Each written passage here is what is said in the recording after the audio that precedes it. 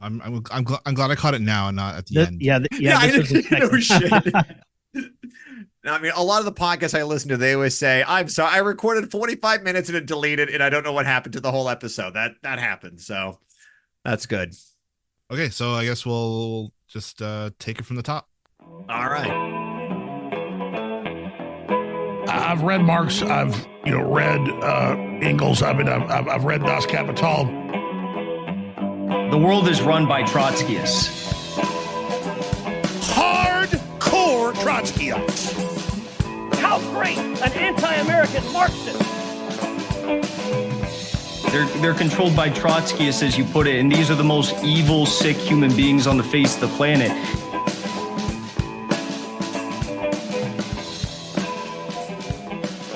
Boy, that was a really fun intro. Love that. Yeah. Alex Jones screaming about hardcore Trotskyists, as if he has any idea what Trotskyists are, or Trotskyites. I think he says. I wonder if he could explain what softcore Trotskyites are. I'd like to know the difference. Like, It's way less nudity.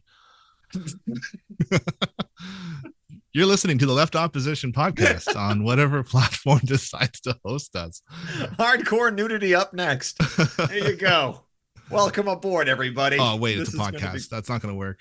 Oh, well, whatever. We all have our shirts off anyway, so that's good. I like it. Every show, we're going to be shirtless. So all right, so here. look at this. By the way, Matt, you look great with your shirt off. We're doing shirts off intros now, so all right. This is an audio show, and that's it. Shirts off. We're looking good, all of us. Y'all. I have nothing to contribute on this subject. That's okay. Nothing to be humble about. That's okay. Matt's very modest. God damn. Each week we discuss current events, books we're reading, and whatever the hell comes across our desk. But most importantly, we discuss a slew of folks who call themselves Marxists by calling out some of the bullshit that they spew. And we're talking about these new type of Marxists that have popped up over the last few years, the MAGA communists, as it were. We're talking about folks like Jackson Hinkle, Haas of the infrared community, Caleb Maupin, and other clowns who with decently sized audiences, and they're influencing young people and workers with their lies about communism.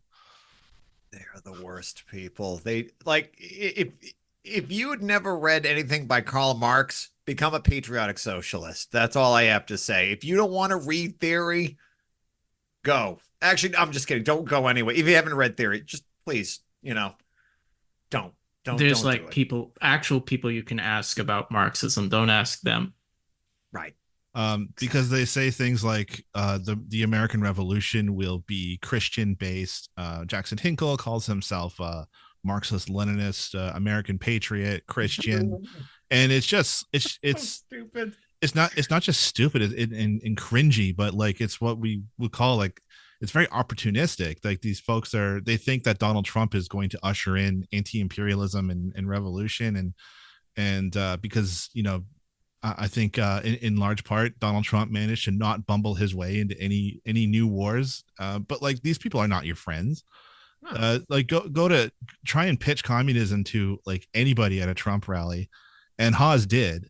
And we'll probably talk about that at some point because it is lots of editing on those videos you did. Yeah, I mean, just because he described it in like anti-Semitic terms, I mean, he was. What's anti-Semitic about constantly naming George Soros and the globalists? I mean, come on. I'm joking. Always with triple parentheses. Yeah. Or yes. Israeli bankers. I mean, I got my check this week, so I'm living. I'm still waiting for mine to clear. No, I'm getting my Antifa check still, though. That's good. I thought that I don't know why I'm still getting paid. Like I only get paid during Trump. I stormed the Capitol. I mean, you guys also should. We get can edit this out, please. Too, yeah, like me. No, I mean, it's like I'm trying to go old school with that. All right, so Doug, could you describe Caleb Maupin in 30 seconds or less? Aside from being a moron, besides that, he actually has a history of left activism. He was in the youth wing of the Revolutionary Communist Party USA, which is a Maoist cult, and Workers' World Party for like 7 or 8 years, which is kind of a Marxist Marxist-Leninist. He left that, went off on his own, and started his own organization called the Center for Political Innovation, which is basically his own brand of like LaRoucheite cultism and pseudo anti-imperialism, pro-Russia, and patriotic socialism. And I think it was a year or two or so ago, it got revealed that he basically was sexually abusing members, that he was manipulating them, and the CPI, his group, dissolved. And a few months later, after laying low and hoping everything passed, he reformed the group, and it's still there, unfortunately. So yeah, CPI is basically his little cult group, and it sells like his works and his intros to books that are, by better authors like Engels. Yeah, he's just like a horrible human being with horrible politics. And, I don't condone bullying, but yeah, I think he's someone who should be bullied. I don't really think there's anything redeemable about him, and he miseducates people. I think that's the best way to. Yes, well done. That's exactly it. And I think we'll devote a whole deep dive in, we'll go deeper into Caleb Maupin and some of his best work, and who Lyndon LaRouche is. Or was, and because these are important topics, I think, because a lot of people, again, like I say, are getting sucked into this sort of stuff and needs to be pushed back against. Okay, so this video, you got a clip here called "How I Became a Patriotic Socialist." Yes. Take it away, so here's the thing. Now I'm going to ask a question. Now, if you were a socialist, where would you say is a good socialist country? Where's a place you'd want to be?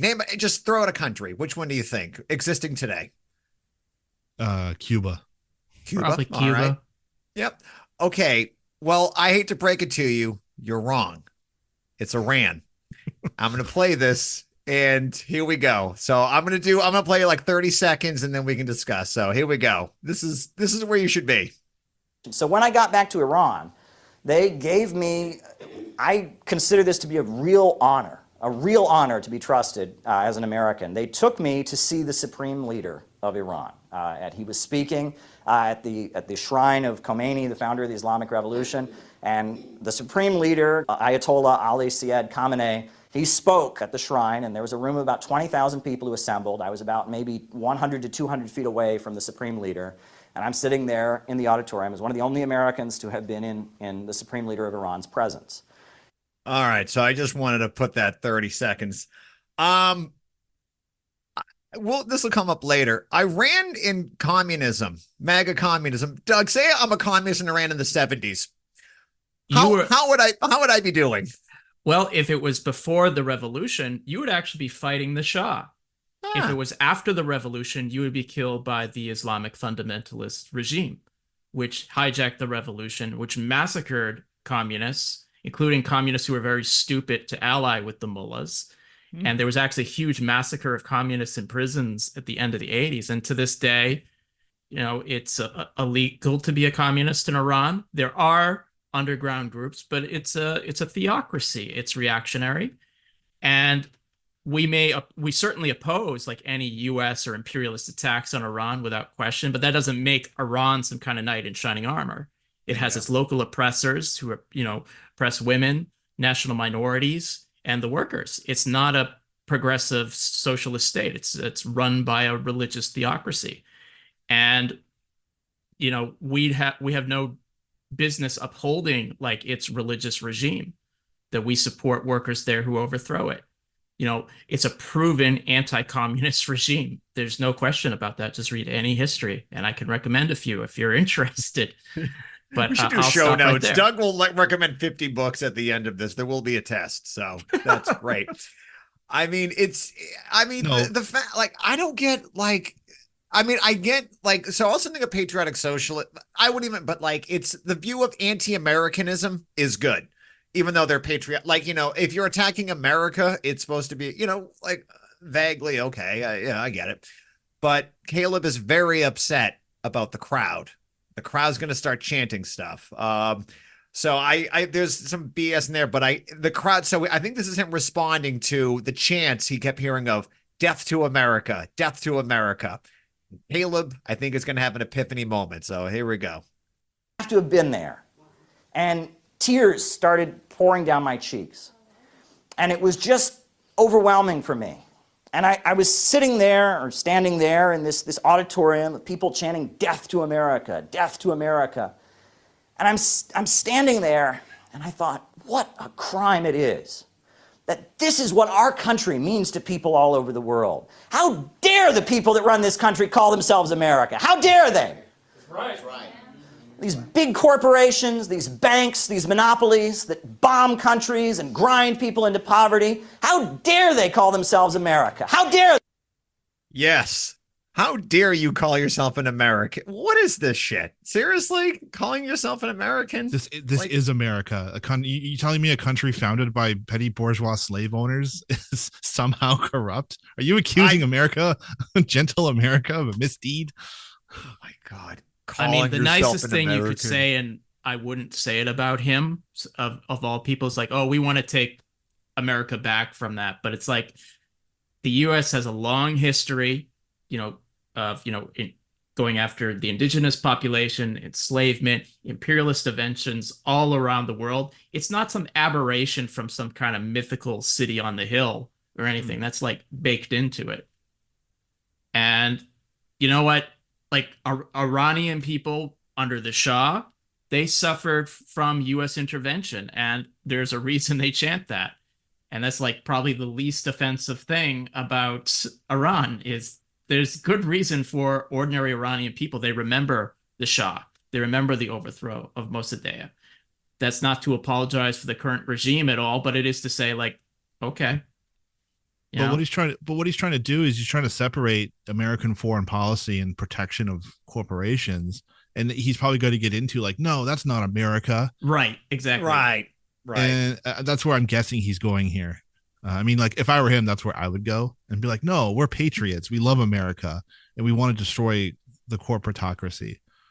Right. But like, you can't do that because it's baked into the system, which he knows. And he's one of those people where I really think he knows better. Yes. Which makes him all the more offensive. I have a picture of him where he's wearing a shirt that says "Read Lenin and Trotsky," and to quote Chancellor Palpatine, ironic. We'll play that. We'll play Palpatine going ironic. Hey. All right. So here we go. I got another clip for everyone. Let's move on forward. I think this is okay, this is more America. So here we go. Bush and Joe Biden and Donald Trump. Yes, that America exists.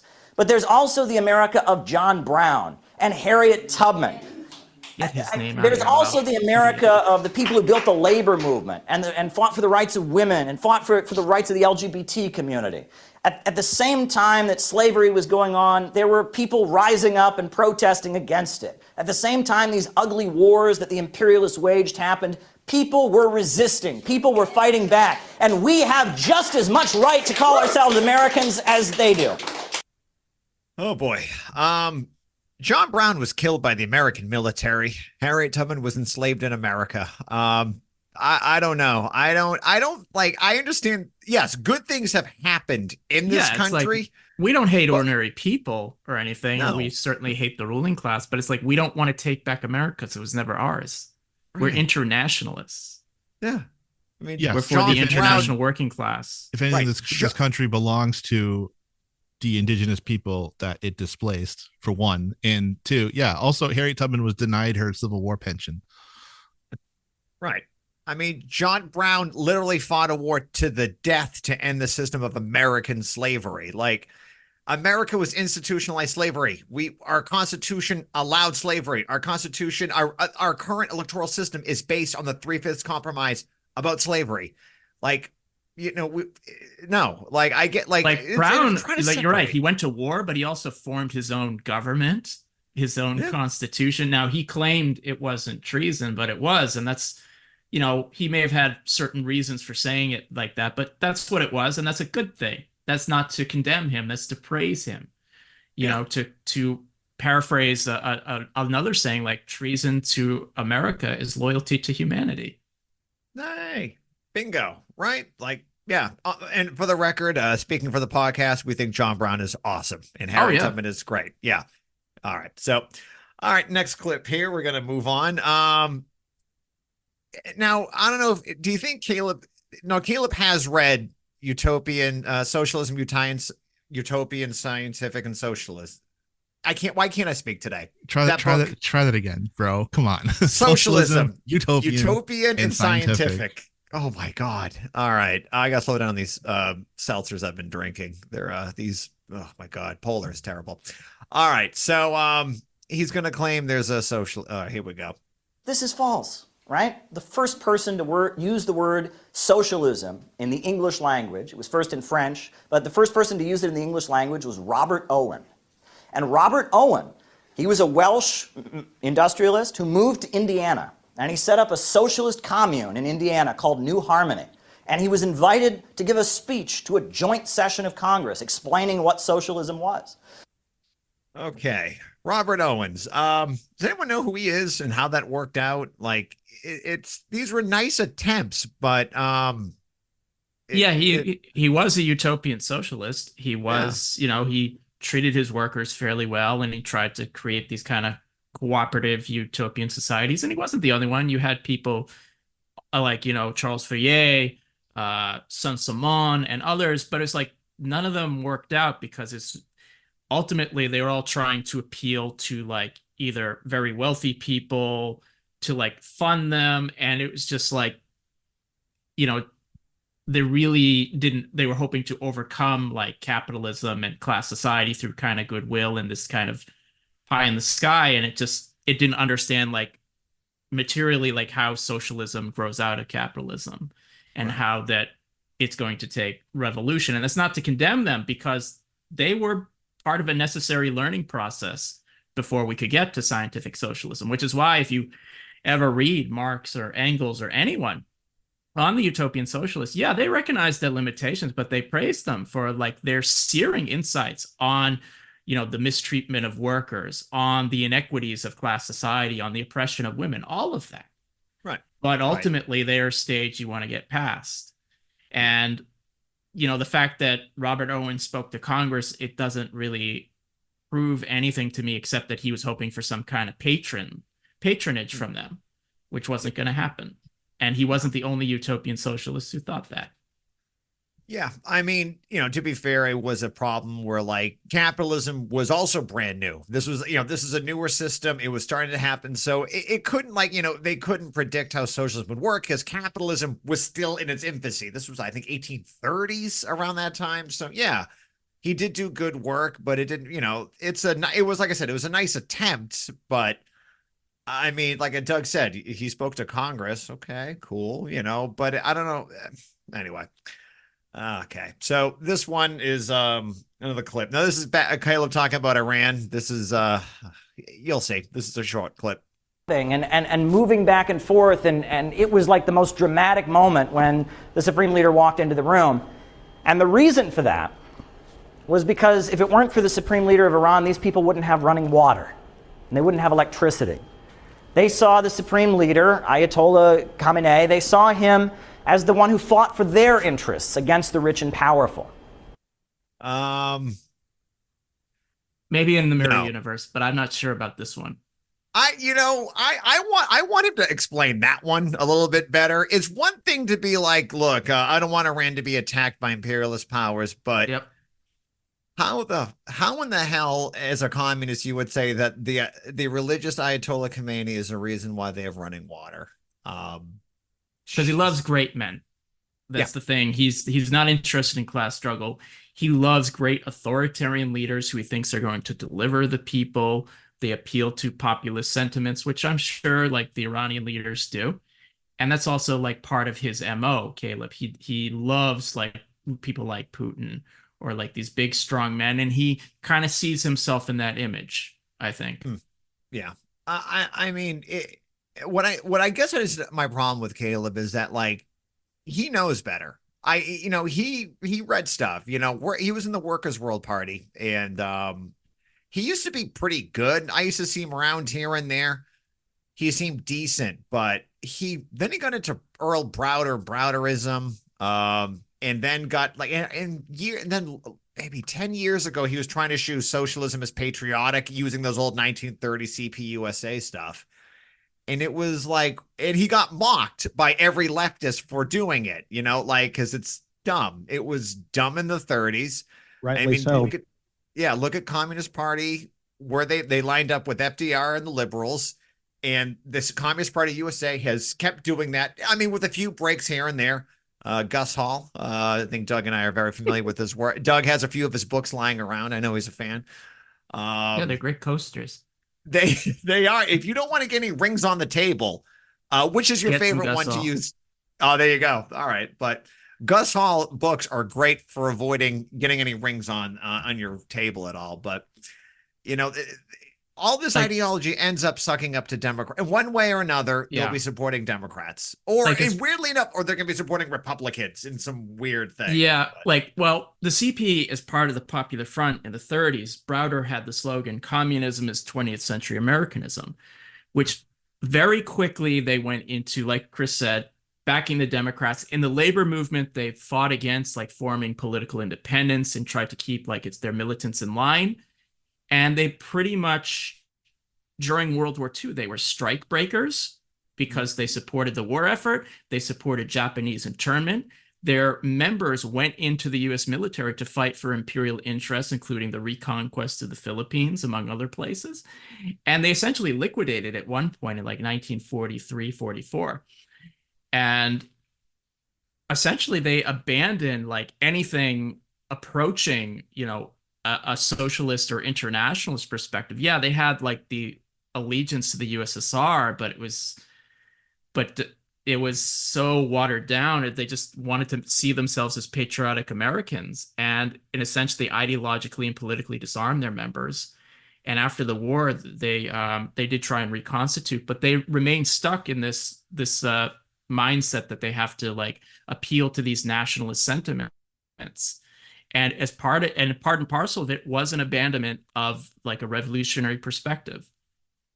And it was taken to such horrible extremes. You shouldn't be proud of supporting Japanese internment, which, by the way, the CPUSA still publishes articles where they say, oh, we were patriotic Americans during World War II. It's that's not a history to be proud of. You should repudiate that completely.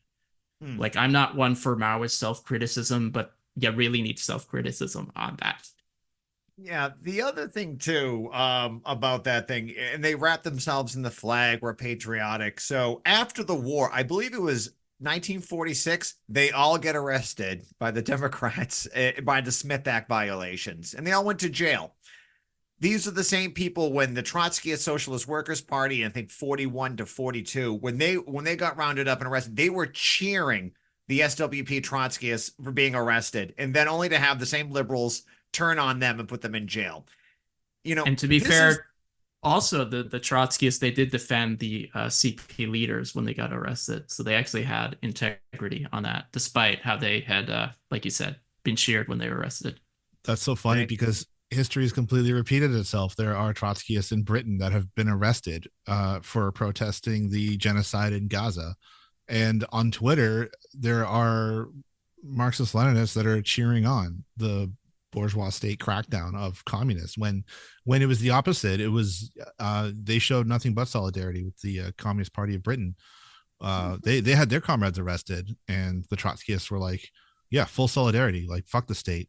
And so I think the ultimately what this boils down to is patriotism and nationalism versus internationalism. And I think it's cringy as all hell to be patriotic of an imperialist country. Yeah, you cannot eat.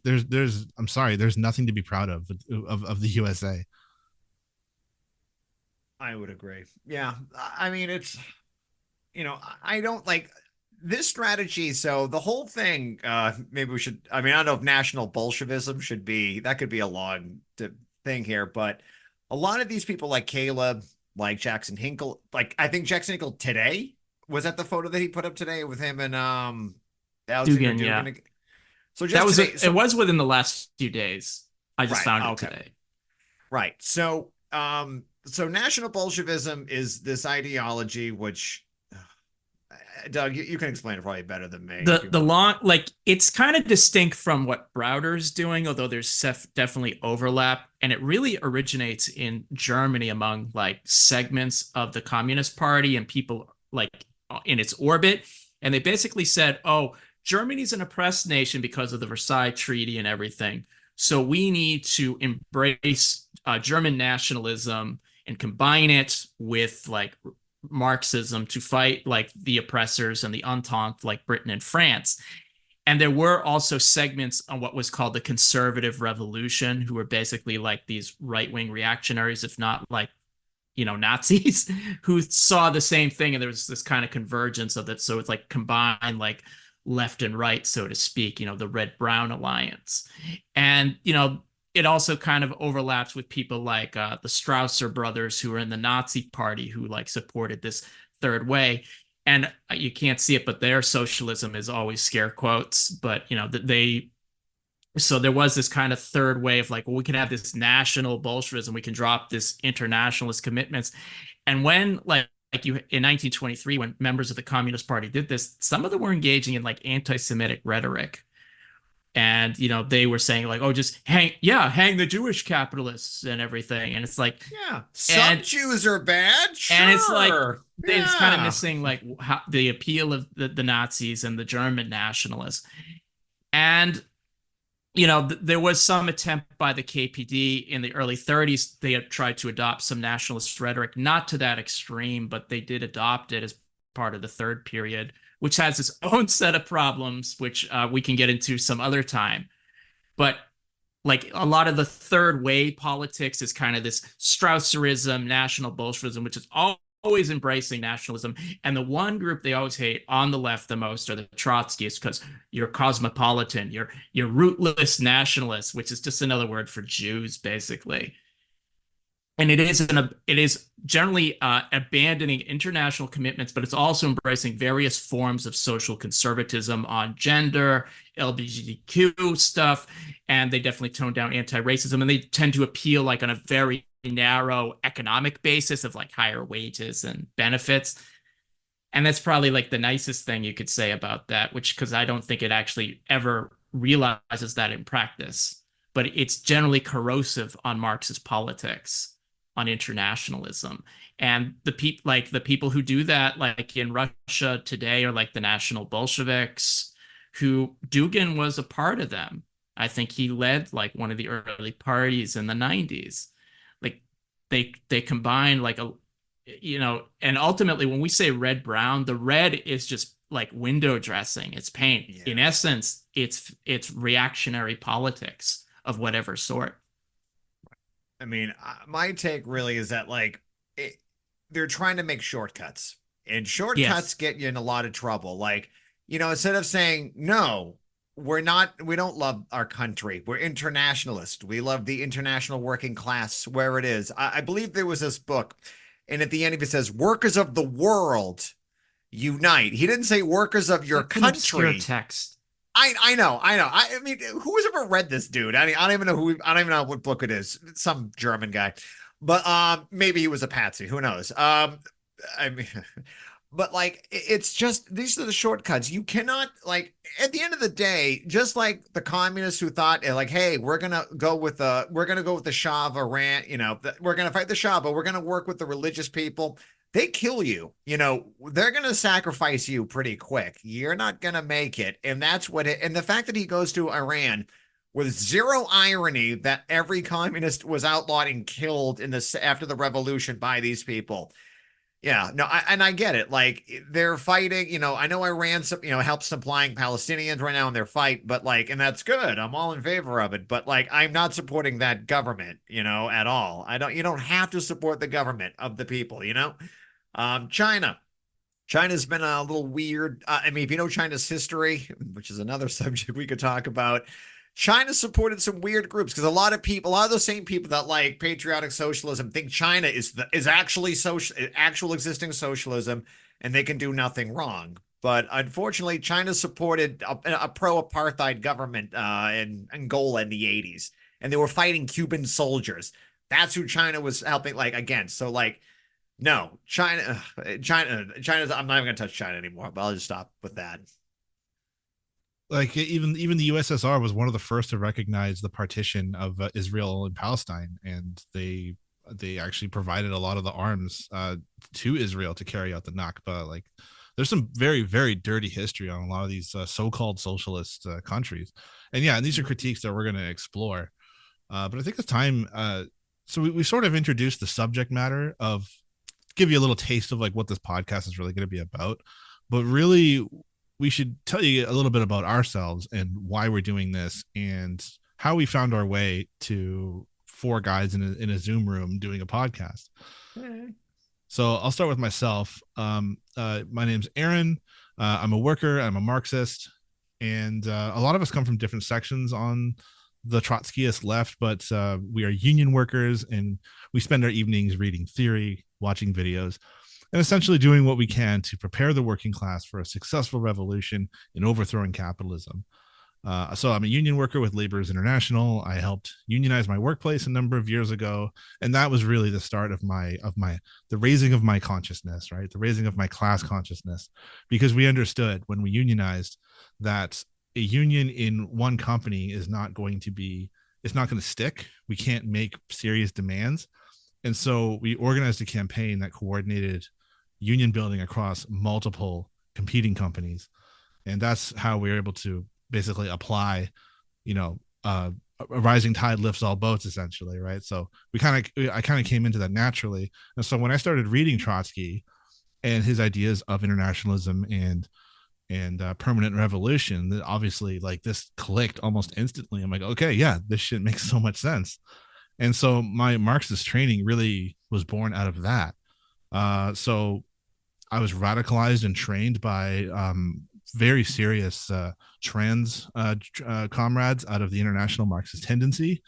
And I became a Marxist because I'm a worker who sees the writing on the wall with capitalism, right? I was raised very liberal and borderline conservative, which now, like, I would argue are essentially the same thing, but in my university days. And so, like, a lot of these right-wing folks talk about how universities indoctrinate our students and turn them into communists and teach them that only Karl Marx can be worshipped. And it's like, that's just, nothing could be further from the truth. I really think my university upbringing and education was antithetical to my Marxist training. So now I'm ready to overthrow capitalism, and the only way I know how, because like I don't know how you can drive down through a major city and see these expanding tent cities, the incredibly increasing poverty, the lack of hope. It really seems that the working class has, right? I'm a part of the millennial generation. I was a teenager. I watched 9/11 happened on live TV, and it's been forever wars and economic crises my entire life. And I don't know how anybody can look at that and not come away as like, yeah, you know what? There's something wrong with the system. Mm-hmm. I don't know how I shielded myself all these years, but now I'm ready to overthrow capitalism. And the only way I know how, which is to educate, which is to organize and agitate workers. And Chris approached me to talk about podcasting. And so I'm a failed Twitch streamer. You can find me at twitch.tv/Marxist Archaeologist. And now I figured I'd try failing at podcasting. All right. Aaron, you're very humble. All right. I number one, Aaron has a great, very successful Twitch. When could, hypothetically speaking, we're going to cross-pollinate. When could people even hear your supposedly failing podcast?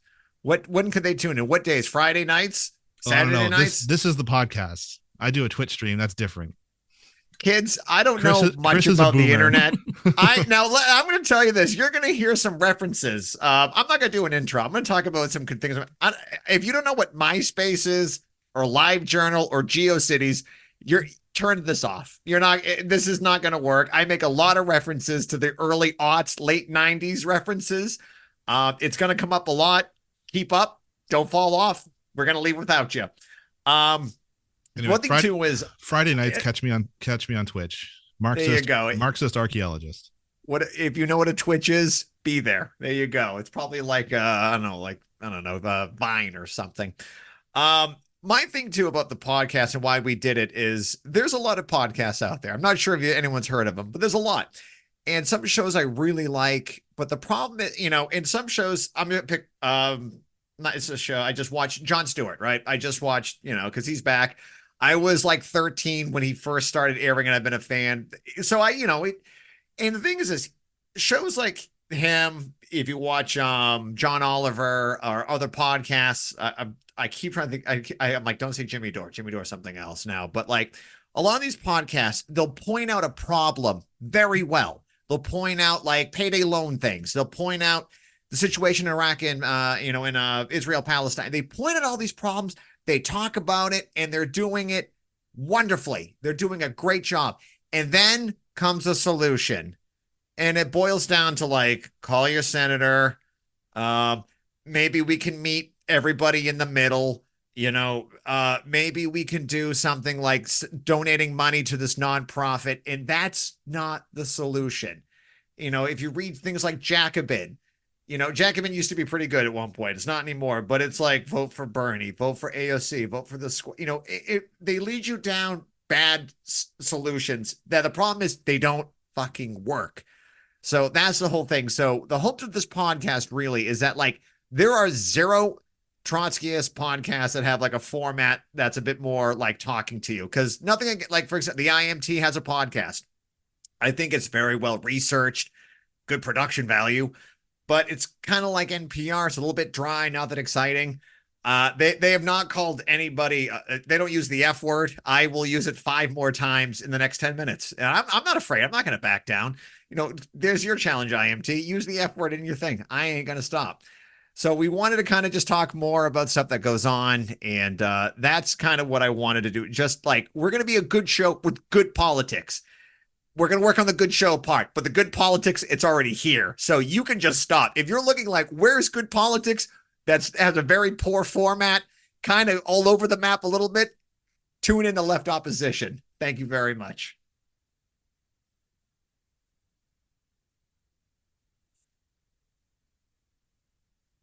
Well, I guess I'll chime in just a bit. I've been a communist of one sort or another since the late 90s. I've been an Orthodox Trotskyist pretty firmly for almost a decade at this point.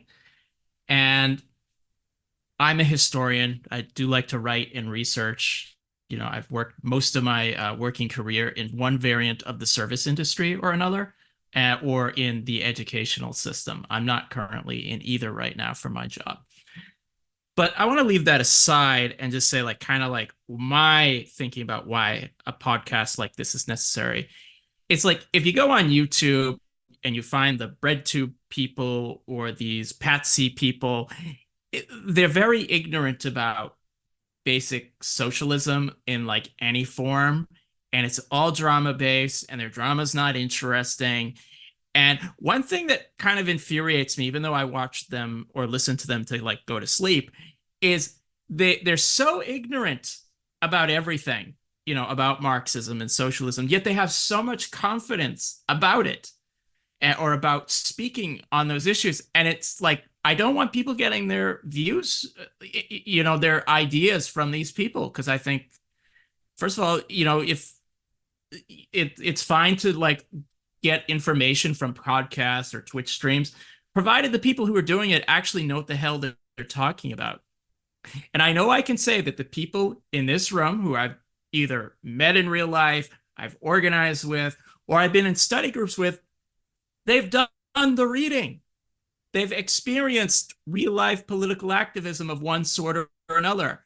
And it's time that we got our butts in gear and had a little confidence of our own. I think the people who actually know a thing or two should get together and should be able to feel confident in espousing correct politics. Because I don't want the Caleb Maupins, the Haases, or all these other clowns to corner the market, because there's so few decent leftist podcasts or YouTube streamers or whomever. I can probably count them on one hand, not two. I'm being too confident here. Very confident. And with that said, I will pass it off to Matt. Hi, I'm Matthew. I was an Army brat, Air Force vet, flew in B-52s and trained to go to war. I had a front row seat as a participant in the belly of the beast. Went to college and trained as an historian and a librarian. Around the time I got out of the Air Force, I started reading authors like Howard Zinn, Noam Chomsky. It was about at that point I started looking around and realizing how different the world was than I had thought. I've always been vaguely been a liberal person, but Chomsky put the material reality of it front and center for me, I think. From there, I drifted from anarchist thought eventually to the communist community. Joined the International Socialist Organization after leaving Texas around 2011, where I was read into Marxism by comrades there. And I had been a member until it dissolved in 2019. The ISO was my door into the Trotskyist community. And although the picture has changed in the last 10 years, I never really left. I'm still reading Marx, Engels, Lenin, and Trotsky, as well as Rosa Luxemburg. Currently, I'm reading Hegel's philosophy, whose system underpins Marx and Engels' work, trying to understand not only sort of the practical work, but also the theoretical. As a Trotskyist, I'm for the victory of revolutionary communism, which means victory for the working class. This is going to take organizing the class, a good program, and dedicated people who are committed to freedom, because that's really what this is all about when you get down to it. Freedom for all of humanity. That's why we're here and doing this podcast, The Left Opposition. Yeah, that was fantastic. So as a can I just shoot the shit? As an Air Force veteran, do you have any thoughts on anything to say on Aaron Bushnell and his heroic personal sacrifice? I want to say first that Aaron Bushnell is a hero and a comrade. He's someone who, in very general terms, looked at the world and was pushed into making a choice. And I think Doug said it best when he posted about it recently. Doug, say it. Please say it. Well, what I would say about Aaron Bushnell is he wasn't crazy, that he didn't commit suicide, that this, in Enzo's words, was an extreme act of protest, that he died for Palestine. And I'm not saying that we should emulate that, but he was a principled person of immense moral and physical courage. And, he's a comrade. And, it's upsetting that, that we don't have a left that's worthy, I think, at this point, of like people of that level in the United States. And, the best thing we can do is to remember his sacrifice, to fight for the cause that he died for, and to carry on. Because, he was one of the true ones. As someone who spent time in the military, I agree 100% with that. And gosh, I'm not sure how to tie the two together, other than to say, as a person in the military, you're afforded a vantage point that few other people get. And when you see the things around you, what's going on, I don't know, everything's sort of depoliticized. The deepest impression I got upon getting into the military after all of the training was that it was just another job. 9 to 5, you go home, you kiss your kids, if you have kids. I didn't at the time, and then you got up the next morning and go to your job. But you see things, you participate in things that most other people don't, especially if you get deployed, go to war, or even train downrange, and then come back.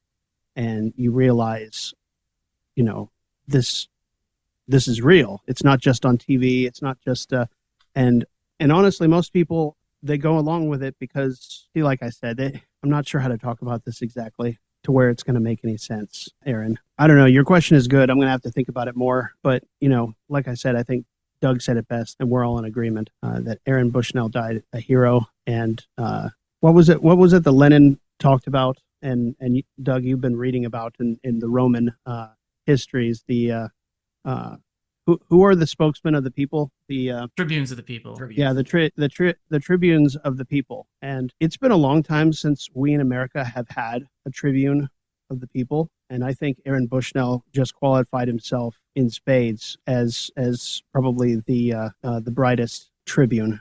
I'm not saying folks should go and follow his exact example, but he was definitely highlighting something that the government, I don't want to say government, our ruling class does not even want us to think about. And that is, our sort of participation funding the genocide downrange in Gaza, the enslavement of the world under capitalism, And when I say that, it sounds like, it sounds like hyperbole, but really, it really is the case. If all of our entanglements across the world were to sort of be undone, we would see the economy tank here, and that's what they're worried about. There's a lot more to say on that, and I'm sure we'll get to. But if you listen to these patsies, we might as well call them National Socialists at this point. They're all about doing exactly what the original National Socialists did, was to appeal to a mass base who they think want to hear these things, and they cloak their nationalism and patriotism and language, which we are familiar with and which we as communists use, not cynically, but very, very seriously, very sincerely. The victory of the working class, the well-being of the worker, the end of ruling class rule. Like I said, I'll just leave it there for now. Thanks. Yeah, another thing too, about Mr. Bushnell there, it's his last words as he was burning was "Free Palestine." A man of his convictions. He said any money he had left was to be donated to the Palestinians Child Welfare Group, which is doing great work in Gaza. He had it sounds like he had an anarchist backing. For the record, I have no problem with anarchists at all. Anarcho-syndicalists are my favorite ones. If I have to pick one, I'm just saying, you anarcho-syndicalists calling for worker councils, you guys are all right. My favorite ones. But, I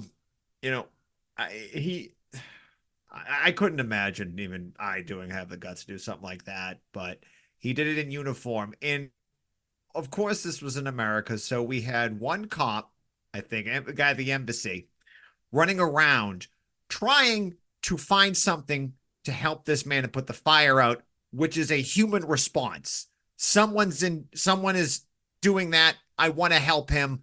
I want nothing bad. That's one normal person. We had a second person draw a gun on a man engulfed in flames and started screaming at him with a gun drawn on him the whole time. This is America, essentially. I think what you saw in there, two ways to do that. One normal human said, "My God, stop this," and the other one was scared of it and wanted to shoot a burning man on fire. Like, nothing more. That's America in a nutshell at this point. That should be on the flag. That really should, yeah. It really should be. Yeah, a veteran on fire and police state got a gun pointed at him. It's interesting because conservatives like to point to things like like the flag and the Pledge of Allegiance and whatnot. And I saw a meme the other day that showed the history of the pledge as well as the additions to it, and it made me realize that everything from the Pledge of Allegiance to under God being put on our money, almost, all of it was in response to the Russian Revolution. They were so scared of the working class here getting a clue, even from that far off, that they started putting in litmus tests, pledges of, even saying the word, I've grown up with it and been inured by the just sort of the mundane everyday feel of it. But if you really look at it, it's so much more sinister than that. Yeah. I remember it was like a big deal. Like when I was an atheist, I stopped saying the under God part of it. And when I became a communist, I stopped saying the rest. Nice. Well done. That's awesome. But I think what I'll say about Aaron Bushnell is that he was someone who recognized his position and his a certain privilege that was afforded to him as a white man in uniform. He knew that this was an act that the world could not ignore. There have been self-immolation protests before that the media just sort of swept under the rug, and with all eyes on Palestine, like, this is something that, like, even the media just couldn't look away from. Right. And I think he knew, like, the shockwave that this would send, and doing it in uniform too, which is like, Yeah, There- that there like he he is. knew Yeah. he knew he was fully conscious of the message that he was sending. One thing I will say think, about. Oh, go ahead. and I think that's the inspiration that those of us should carry forward, is recognizing, you know, where our position is and what we can do to elevate those around us, to ultimately build a formidable opponent to capitalism, to imperialism, and yeah, carry on the legacy of Aaron Bushnell, towards a free Palestine. The will, snippet of his will got released, and it says, "If a time comes when Palestinians regain control of their land, and if the people native to the land would be open to the possibility, I would love for my ashes to be scattered in a free Palestine." Yeah. Yeah, I'm getting goosebumps just saying that. And so Oh yes. yeah, I know that I know this episode kind of got a little dark here towards We the got end, a little but, heavy, like, man. I thought we were gonna but, make fun of idiots, but God, I'm gonna cry, dude. Come on. What Well, the hell? we have to remind ourselves that, you know, we're leftists for a reason, that there are principled people on our side. Yeah. You know, Yep. that it's not just all doom and gloom and a bunch of morons out there. yeah, Now- it's not gonna be us dunking on leftists, or not. These people aren't even leftists. No, but no, it's no, not- no. it's You know, not- we don't it's dunk not on any us. leftists. We haven't dunked on any leftists in the show yet. No, That's Wait, true. we The had- patsies are Yeah. not leftists. That's true. Yeah, sorry. Yeah, that slipped us. It's not just us. It's dunking. okay. One thing I will say about his sacrifice is that you put it in the context of what he was facing, and I know most of the information we have on him is through the internet. So, you know, some of that we can take with a grain of salt. But one thing that made an impression on me was that this wasn't just sort of his deciding to go up like a Roman candle and make a statement, and you know, and that was, you know, he didn't follow through on it as a purely rational decision in a vacuum. From what I understand, he was slotted to be deployed to Israel to participate in whatever the U.S. is doing to support Israel's genocide in Gaza. And if you know someone in the military, you know, in your life, you know that when you get orders, it's not like you can just say, "Well, I'm not going to go. I'd rather do this or I'd rather do that." You are compelled to go by your contract. And so, from that, what I gather is that he made a principled decision to not only not go, but to make sure that he couldn't possibly be forced to participate. And, you know, instead he chose to make a principled statement. And I don't know, it's kept me up nights since I heard about it. And, you know, I'll sit there reading and I'll just sort of like zone out and be like, you know, the question isn't so much, could I do it if my time came? It's more like, if experience shoves us into that position, it's going to be pretty clear what your options are when the time comes, and you're not going to be able to imagine what it's like until you're there. And then you have a decision to make. Whenever events come up for all of us as Trotskyists, I would hope that we would be as clear-headed and committed as Aaron Bushnell ultimately was when faced with an impossible situation. And that's what I believe it was, an impossible situation. Something I wanted to add to this is the people of Yemen are actually marching with Bushnell's image. Yeah. And I know there Million have Man been March. Excellent. Yeah. Yeah, and I know that there was a veteran protest somewhere in the States today. I don't remember where they were like burning their uniforms and, you know, saying, "Remember Bushnell." I know the Denver communists had like a vigil for him.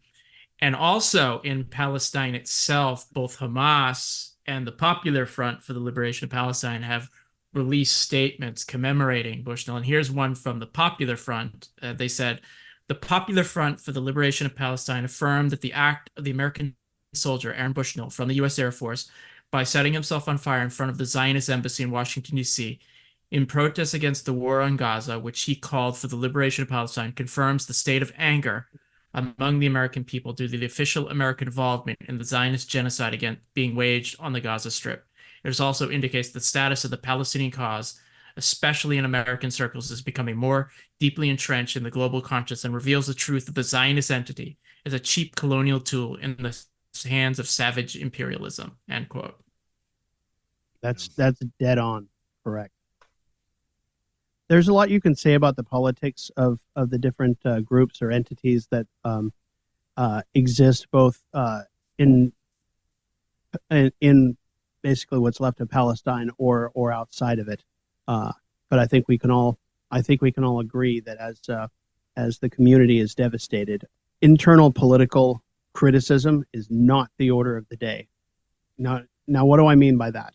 The American establishment, both liberal and conservative, has taken great pains to mainstream the question: Are you a Hamas supporter? And I think answering the question yes or no is a trap. You're entering their battlefield, and they control the air, they control the ground, they control the tunnels underneath the ground. No one should positively answer the question yes or no. The question should be denigrated. If you're asked about that in public or before a Congress hearing, make fun of the speaker. Find a way to turn it around and say you are an idiot, and you are complicit in the deaths of 40,000 people. And while the world burns, you're worried about who is supporting the correct or not correct political party in a state that's rapidly disappearing. One thing I've noticed too, over the past several months, really, it seems, and public opinion polls will back this up, but now that the brutality of the Israeli state has been pretty clearly in the open now, the enthusiasm I wish people wanted the IDF to go in there, it's going down. The people, Biden right now, if you saw that thing, he's not doing well in the polls, and it looks like he's going to lose the election because he chose to back, the Israeli terrorist government, and this is going to cost him. So we're seeing more of the pushback is more organized. I mean, the mass protests have kind of stopped a bit because you can only sustain that pressure for so long, but this is politically going to cost, the liberals in this country a lot for it. I don't know where this ends up election time right now because things can change, but there are some really, really pissed off young people, Arab people, large Arab population in swing states. So, I think someone pointed this out that like backing Israel's never cost anyone an election, but now finally it's going to. And the Democrats better learn themselves a lesson. Supporting a terrorist government that's launching a genocide, there's consequences to that. And they're going to voter shame us. They're going to tell us we're the bad people that, and someone said like, well, what if Trump gets in and Israel blows up and destroys Palestine? And the response is, as opposed to what's going on now, it's the same thing. It's been happening since October. Right. Yeah. There'll be no difference. He keeps selling weapons. He keeps backing them up. He will not. I mean, they declare the Houthi rebels a terrorist organization, despite that fact that the Houthi rebels never killed anybody at all. That took a day. Israel's killed 30,000 civilians, including 12,000 children. And what does Biden do? Well, he told them that they've been a little over the top. That was his official quote, a little over the top. So, and it's not just the president, okay? The people that the Democratic Socialists of America have backed for the past 4 to 6 years have been on record voting for the budget that armed and aided Israel far sooner than October 7th. Okay, so any of the material, any of the money that they were using to do all of those things today, going back 4 or 5 months, was okayed well in advance. And I would say those are the people that we should hold their feet to the fire. But really, that kind of rhetoric is the same as DSA. They say, oh, we'll back this person and they'll be receptive when we hold their feet to they won't. These are bourgeois politicians who will absolutely throw the working class under the bus. They, say in an open hearing that they've never heard of the DSA or any of that stuff. They'll throw us under the bus, and so they're not comrades. They're not people to support. And it's high time that we not only, as Marx said, openly, publish and say our view. We need to stop. We need to finally stop trying to make inroads among people who, quite frankly, have turned against the class long since, and were convinced to because they saw hope in Bernie's rise in 2016. I mean, I'm sure Doug could say a lot more intelligent about this than I can, but the long and the short of it is convincing the class, I think, as communists, as we are, is far more an important priority than trying to regain cadre that we've lost to the DSA. Yeah. I'll say too, like you criticize AOC and then you get told, oh, well, why are you attacking your only ally in Congress? Like the only socialists in Congress, and you're always going after them. It's like, fuck, man, come on. Like, yeah, this is exactly what the liberals said that we were supposed to do, was get them elected and then hold their feet to the fire. And then all of a sudden it's like, okay, well, we ask for even just a modicum of accountability. And it's like, well, do you want Trump to win? Yeah, exactly. Like you can't win. And there is no winning with these they don't people. want you to. I mean, like, it's absolutely not saying like AOC's our allies, like on what?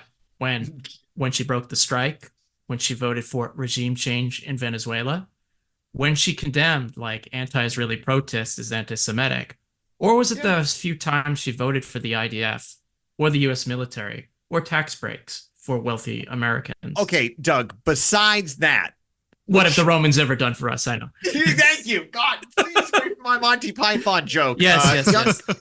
Kids out there who were born before 1985, I tell you, go look up Monty Python and the Life of Brian. Great show. Parents are going to love watching it with you. Well, at least they gave us the aqueduct. The aqueduct. There you go. No shit. But like, and I would say like, with DSA, I'll say half. They should put whoever's in power, put their feet to the fire. That is the role of the working class. We will pressure any leader doing something wrong. But the fact that you will support people who are not socialists into Congress and then think they're on our side, like they couldn't even vote for single payer healthcare, which, like it's a public service. It's not socialism. We do favor it. Like we want a fully funded healthcare system. That's great. But like, they don't even do that. Like, I don't know what they're trying to do anymore, but like even the far right doesn't even make fun of AOC because she's just bought in. She's just your regular. Like I remember when she first got elected, all the memes about her and how much they hated her. Now, of course, a lot of that is rooted in misogyny and racism. Obviously, we know that. But at the end of the day, lately, she ain't a threat, So she's never worth making fun of anymore. Classism too. Either like she came in, she's like, oh, she's just a bartender. What does she know? And that was cool. I liked her resume. Cool. Hey, yeah, that's the only reason to vote for her. But then and now that she's voted for the genocide and a whole bunch of other stuff, she's now it's a plus. Hey, we got someone who's working class to underwrite our horrible policies. Her treason, like any of them, it goes back to joining the Democratic Party. Like she actually said early on, like, I want to bring the Democratic Party home back to the party of FDR, which wasn't that good a party then either. It was still a bourgeois imperialist party. At that point, you have crossed the line. You have crossed the class line to the side of the bourgeoisie. It is not our party. It is not our arena. They are our enemies, and all of them. Like you're not on the side of the working class if you're a Democrat or a Republican. It should go without saying, except for the Republican Socialists of America, otherwise known as the Patsies. They're trying the same thing that DSA is doing, just with the Republican Party, if you think about it. That's been in the works for a long time too. The idea that, oh, well, maybe we'll back the Republicans and it'll be a better route. It's the same exact thing. Exactly. Right. I actually made like a joking Facebook post about it, and I wonder if some of these patsies saw it, because I'm like, we should take back the Republican Party. Remember when under Lincoln, there were like all the radical Republicans and they were progressives, and it's like we should like force out all like the bad ones and just make it like a radical Republican Party. And I was joking to make fun of DSA, but I think someone took me seriously. Oh, good God. We get Trump elected and we hold his feet to the fire. There you go. See how ridiculous you sound? Yep. Right. Yeah, that's completely logical. Yep. And Haz will probably say that in his suit that doesn't fit right. Yeah. He probably says it regularly to his followers every week. Well, we're going to be looking at, because of you assholes, I'm going to be watching a lot of his streams now, and God damn it, this is all I'm going to be thinking about. No, we should go over some of the tweets they do. Like they have tweets the tweets on Twitter. Gold. Yeah. I mean, I don't know if any of you people know this, but the Ottoman Empire, socialist. Tsarist Russia. Tsarist Russia.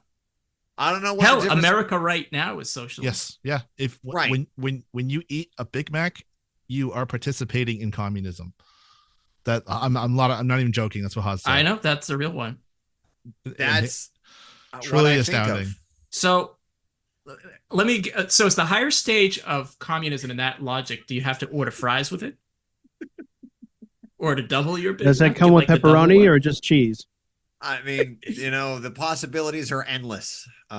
When you make up random shit and say it. Is he did he go to school? Like I'm not being, but like, is he educated? Is he super smart? Or not well, but I think can't he tell. Is. I don't know. The only thing I know about him is that he's got an American flag somewhere on his Twitter profile. And all I can tell you about him is like he comes, I think, from Michigan, and he clearly has read some of like these theoretical texts, but I think he's only read it in the sense like he reads like every 10th word, and it becomes word salad whenever he speaks. Because I'll see references. Oh, he's talking about Heidegger or Spinoza or something. It's like, but he doesn't understand any of it. Hey, look, you read the Cliff Notes before the test. Good enough, And then I don't think he read the Cliff Notes either. I read them the same way. And then he debates liberals like Vaush, like renowned horse fetishist streamer. Vaush. Haas will debate anybody. Haas and his two holes theory. We can play that clip later. That's one of the best. That's one of the best clips of all time. The whole thing with this crowd. They're like debate bros. Like I saw him at like some debate in like Texas, and he was like challenging his opponent, who I think was kind of some liberal imperialist, to a boxing match. Yeah, Dylan Burns. Yes, I couldn't remember the name. I'm fairly certain Dylan Burns is on the CIA payroll.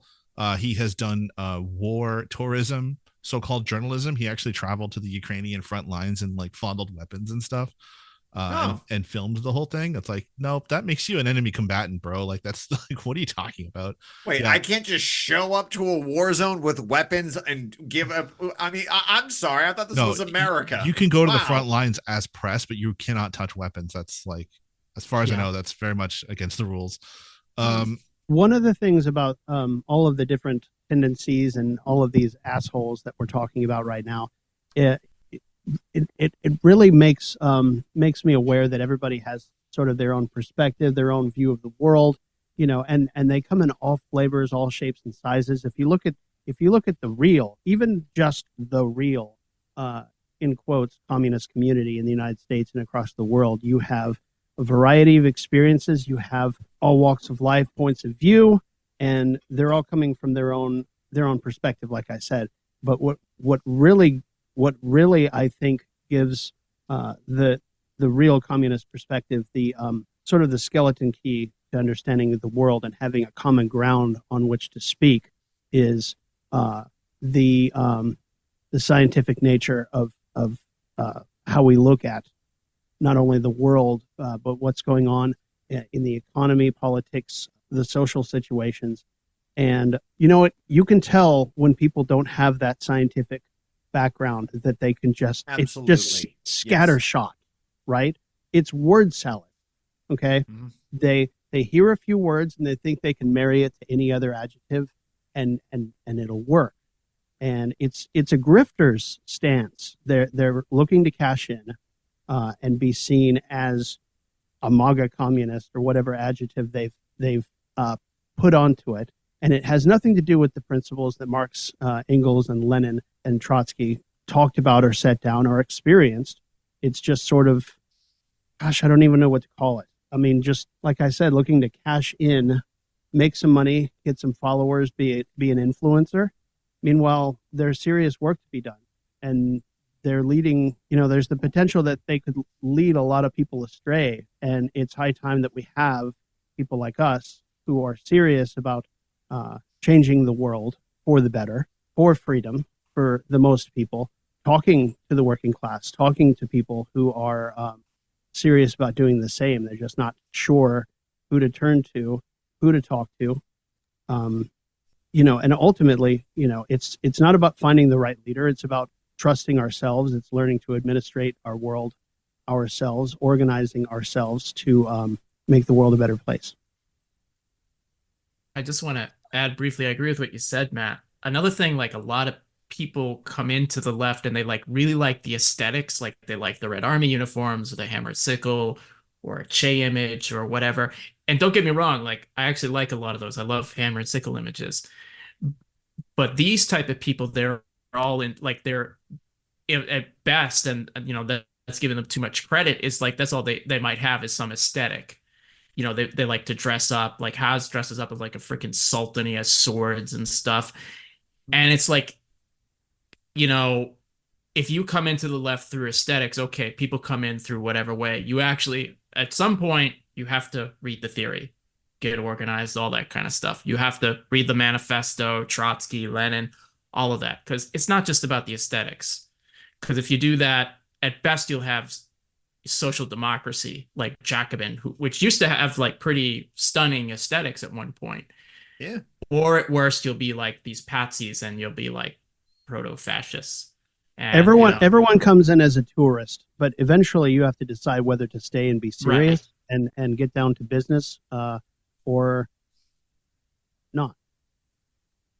Yeah. I know. I mean, the problem is that like, with that, like, it's just like I said, I'll go back to it. It's just shortcutting. It's people that like, I know reading books and doing study groups is not fun. I can tell you as someone who's, in his 40s now, like my attention span has gone down a lot since I was 20 years ago. Cause now we have smartphones everywhere. I know I could read like hundreds of pages of books in a month. Like it would be easy for me, but it's a lot harder to read stuff. So I understand it's tougher to read, but you have to do it. Like, yeah, I'd rather eat pizza, but I go to the gym. I'd rather not go to work, but I need to pay my bills, so I go to work. Like, there's certain things you have to. Reading theory is so necessary to being a communist nowadays. Because and I brought up Jimmy Dore earlier, and Jimmy Dore, I'll just say this isn't. I'm not gonna talk. That could be its own thing, but like, I was a very big fan of him. He criticized the Democrats from the left, and I thought it was great. I agreed about like 80% of what he said was awesome. He never was a Marxist. He never got the theory down. And then slowly but surely, over time, Caleb Maupin is someone who appeared on that show and commented a lot and eventually got interviewed on that show. And that's when Dore started moving weirdly got into that weird right, started talking about conspiracy theories about vaccines. Had Max Blumenthal, another former workers' world person, go on talk about how the virus was biogenically engineered in Ukraine to only go after certain ethnic, like you go down weird roads with this stuff. Yeah, no, there's videos of it. I can tell you about it. But like, the gray zone got weird, like if you're not rooted in this stuff, you can go down some weird paths. And Jimmy Dore is someone, and now like the last thing I saw of Jimmy Dore was that it was talking about woke comedy clubs banning someone on his show. That's where he ended up now, before he's defending Kyle Rittenhouse. Like, oh my God. You go, like I said, and at one point he was reading theory and stuff, and he got really mad at DSA, got really mad at AOC. Like, they were good attacks and they needed them. But like, unless you're a Marxist and you do it, you don't have an anchor. You don't, without an anchor, you can drift, because I'm telling you, when I became a union bureaucrat, I stopped reading my theory, I wasn't in a political party, and slowly, my rightward drift was supporting Bernie in 2016. That's his right way. And I feel like a traitor to the cause for doing it. All right. I get it. And self-criticism, I'm sorry, but here we are now. And I know I made a mistake there, but like at the end of the day, like, you need to read your theory, folks. Please read the theory. There's plenty of study groups. We have study groups, by the way. I'm just saying, like, we're out there. So please read some Karl Marx. Don't read it alone. Read it with a group. Don't read it alone. Find a group. Right. Yeah. Right. There's independent groups, but the ISG, Firebrand, IMT, even groups I left, like I still think Left Voice, CWI, whatever. Right. And it's also like meetings.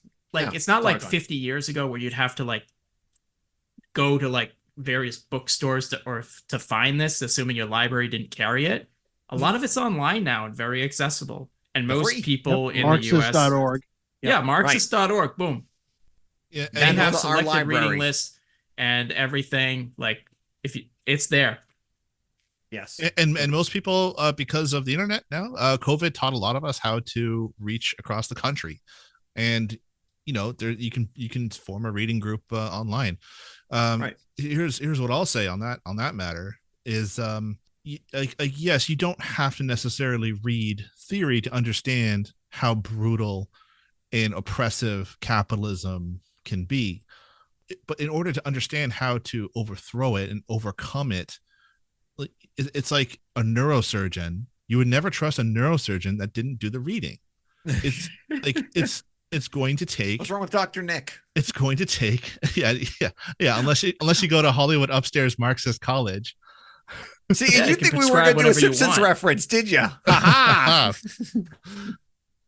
And the big thing is learn to trust yourself and have confidence, because just because you hear about one of these readings or one of these authors from an academic source doesn't mean that they're necessarily right in everything. Go right to the text. Okay.